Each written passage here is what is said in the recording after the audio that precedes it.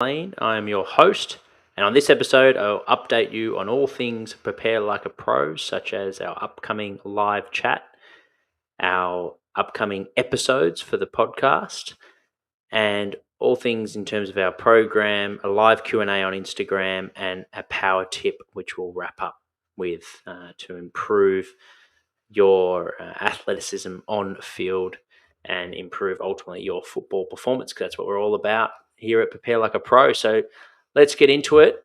Firstly, we'll start off with next week. We have our Tuesday episode, which will be with Will Hams. He's the co-founder of Liminal Wellbeing, and he's also played at the Essendon Football Club for a number of years. And I got to know him at the Box Hill Hawks, where he was a premiership player. We discussed his journey as a footballer, both the good and the bad. He dealt with some injuries and setbacks, so we discussed how he managed those setbacks and also the excitement of things like draft day, playing your first game, and all the highs that come with being an AFL player. We then transitioned the second part of the podcast episode on his transition from AFL football to being a co-founder of his business Liminal Wellbeing, which is helping schools and football clubs with providing them data around wellness, so tracking your sleep, your motivation, and how the students and footballers are feeling. They just report that through, and then any red flags that need to be notified or communicated with are sent through to the teachers and coaches specific to working in that program, so they're able to have a chat with that person and ultimately help them out any way that they can by touching base or referring on to a expert. So he's doing some great things, and Liminal sounds like it's going to be a awesome business and company that will be doing big things in 2022. They've just recently done a beta testing, and they're about to launch the app. And by the time you listen to this, no doubt it'll be live. So if you're a footballer and you think it'll be good for your football club, or if you're at school or potentially the teachers out there and you think it's useful, make sure to click the link in the show notes to find out more information. Our Get Better plan this week, which we release a new episode every Wednesday, will be how to improve your recovery and performance with sleep. So all things around sleep hygiene, some things hopefully that you're already doing for the developing footballers out there, but maybe some new things, some new hacks that you can do to improve your sleep. It's number one when it comes to recovery and preparing you for performance and consistent performance. So getting into a quality sleep routine is the most important thing, particularly for those that are still growing. So for the parents listening out there, for the young kids that are playing a lot of sports and there's a lot of demand on the body and as well as the mind while they're learning, sleep is number one. So hopefully there's some helpful tips out there for young footballers to take on and start building some good habits. Our Thursday live chat will be with Luke Mann. He's worked in the AFL strength and conditioning industry for up to over a decade now, starting at the Western Bulldogs as an assistant and Geelong Football Club, and then now for the last few years he's been a strength and conditioning coach at the Richmond Football Club. So super excited to have Luke on. I had his partner Emily on, which was a great interview, and we're really looking forward to sharing Luke's journey as a strength and conditioning coach. He's worked at 3 AFL clubs now, so he'll have plenty to share, no doubt, as well as what his philosophy is when it comes to football strength and conditioning. So for all the athletes out there, make sure to tune in. That will be like all our live chats on our YouTube channel, Prepare Like a Pro.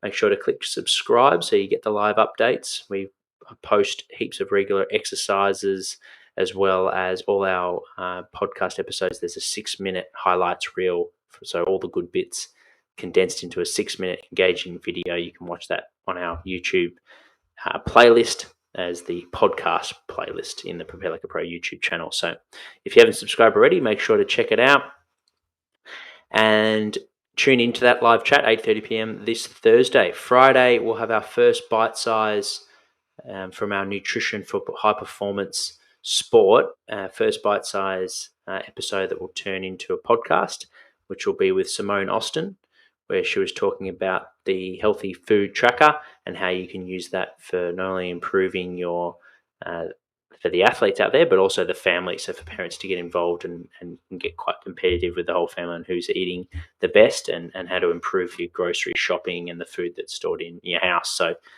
that will be released on Friday. And we also will have another live collaborative event. I'm aiming to do this every month, so the last Thursday of each month. Our next one is going to be with facility owners, so those that own a high performance facility in Australia, where we'll be discussing, like we did with the nutrition one in January. They'll discuss on a specific topic of their choice. I'll ask the questions, and the experts will answer the questions as well as provide insights onto how their facility functions. And for any athletes that might be living close by to the area, you might want to join their gym. So hopefully it builds some awareness, because it's a growing space in Australia. It's something that America has been doing really, really well in the private sector, and we're gaining some good traction here in Australia. So looking forward to sharing all these great businesses and gyms with you all. Like always, if you have any questions for that event, they'll be on the 24th of February. So we've got a few weeks to start thinking of some questions. Make sure to send them through to us, and we'll save them. And at the end of everyone's 10-minute bite-sized chat, talking about their gym and their philosophy and how they go about doing helping athletes with their performance in the private setting, we'll have a Q&A at the end. So that's where your questions can be answered. So really looking forward to that one. We will now stream over to our Instagram for a live Q&A to answer your questions. We've got 3 questions in this week, and no doubt there'll be a few that we'll send some in live.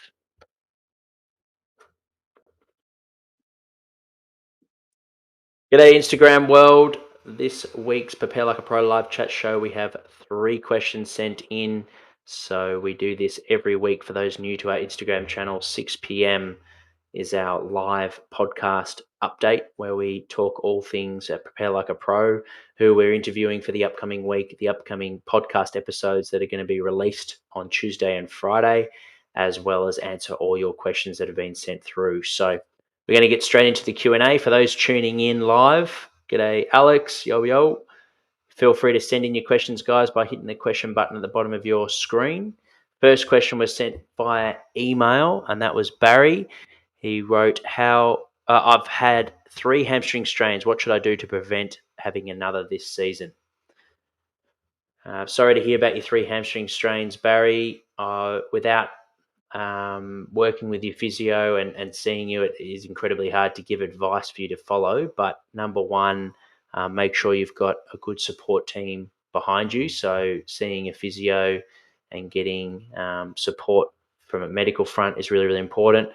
And they will look after a lot of the early stage rehabilitation, working closely with the strength and conditioning coach, of course. And then as you progress through your milestones in rehabilitation and you're getting closer to the football, then that's when we will start, that strength and conditioning coach will start to take over more of the return to play process for you, and giving you benchmarks to hit before going into the main group. But to keep it really simple for you, Barry, hamstrings, we want to make sure that we've got good length through our hamstrings. So doing some eccentric strength exercise. The research is strong on that, improving your fascicle length and your deceleration ability. So making sure that you're really strong through your hamstrings, things like RDLs, single leg RDLs, remaining deadlifts with a barbell, load that up and really focus on length. So stretching the hamstrings, minimal bend through the knees. So you're loading up more the proximal hammy, which is the top part of the hammy towards your hips.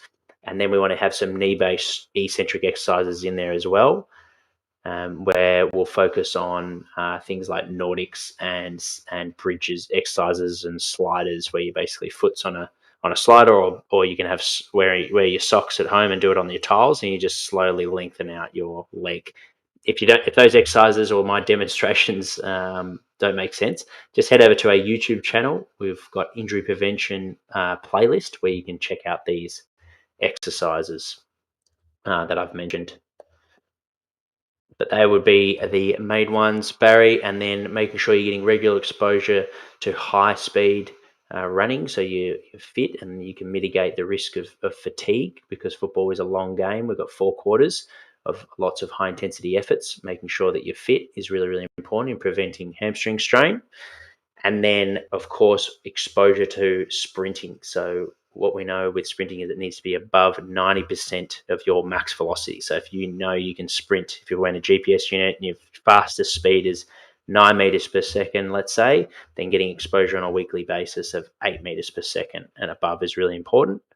As well as the research is strong on 95% of max velocity, because we'll recruit more of your hamstrings the faster you move. So hamstrings are our speed muscle, so making sure we're getting regular exposure to high speed efforts is really important. So if you can get strong in the gym, particularly eccentrically, with lengthening your hamstrings, both with the hip-based stuff, so RDLs, and the knee-based stuff like the Nordic, and you can improve your fitness, so making sure that you're super fit, so resilient to fatigue, and then regular exposure to sprinting. That'd be the big ticket items, Barry, to hopefully not have another hamstring strain, mate. 3 is not a lot of fun. So hopefully that helps.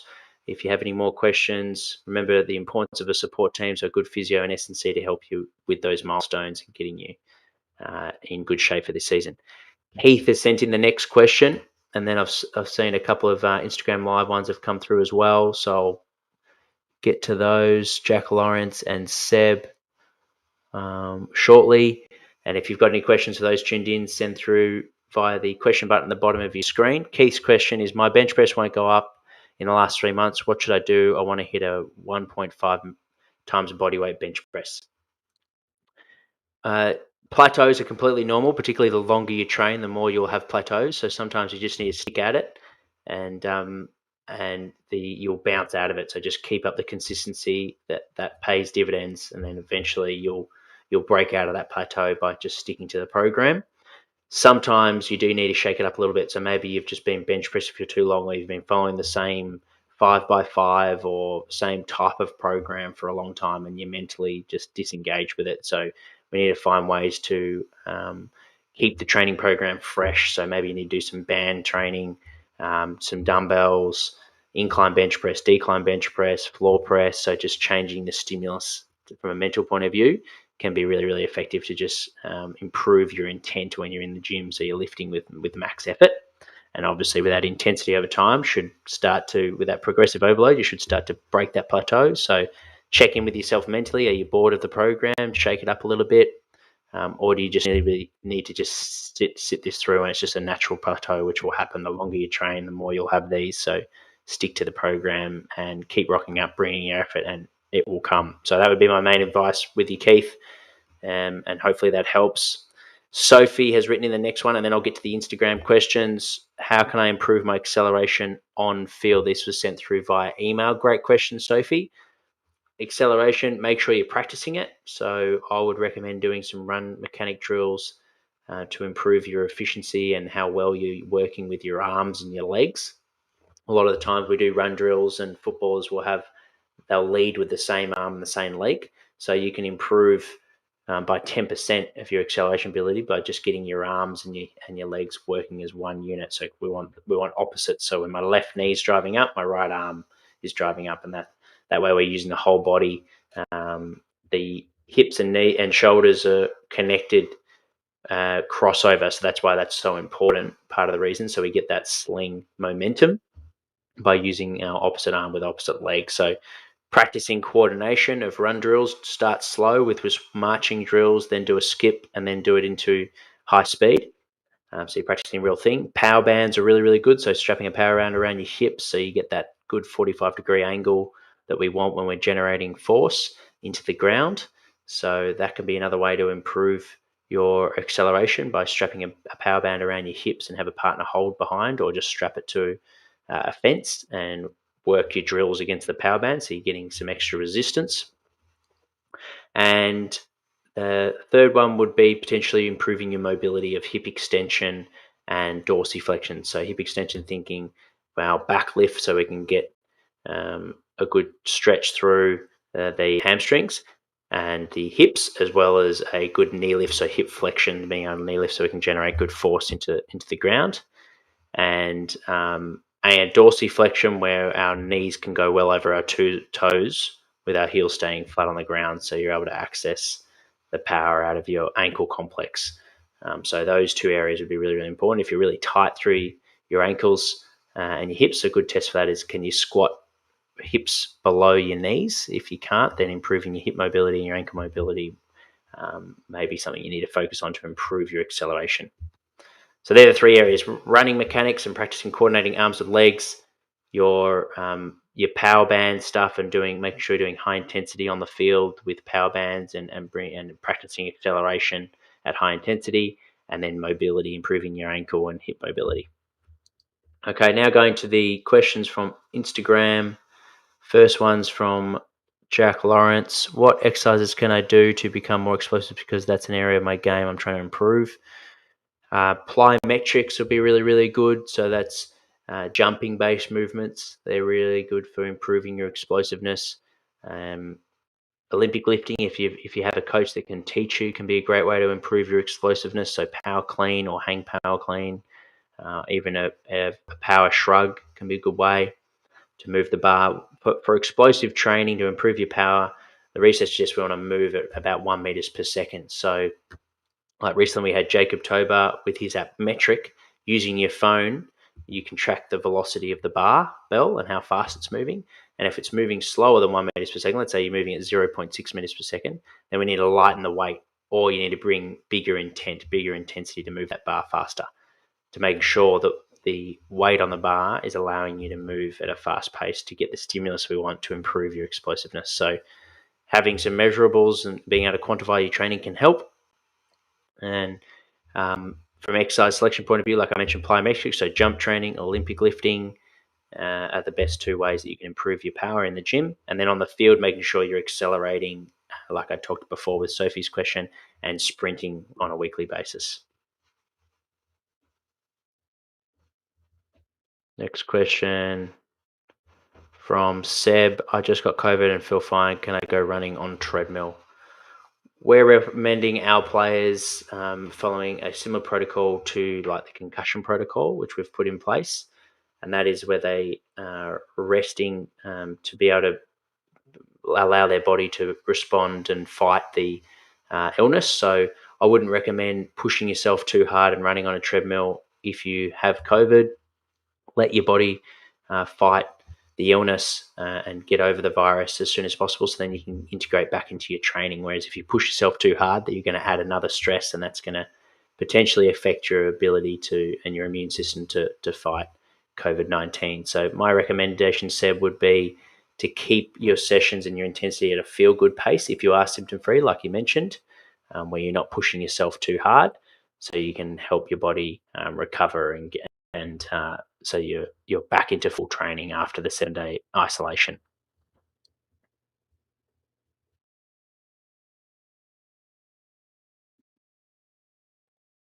And that looks to be it. Seb, Jack, thank you for your questions.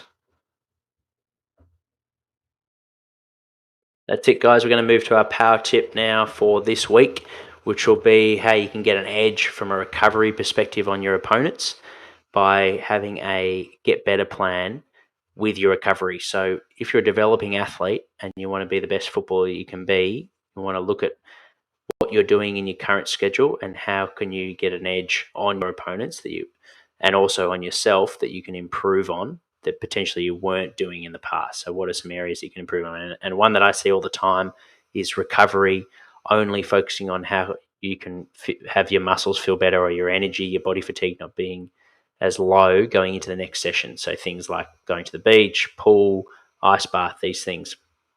And these things are really important, like massage, and your intent is in the right place and your attitude is great. And you're trying to improve your recovery to help your physical state going into the next session.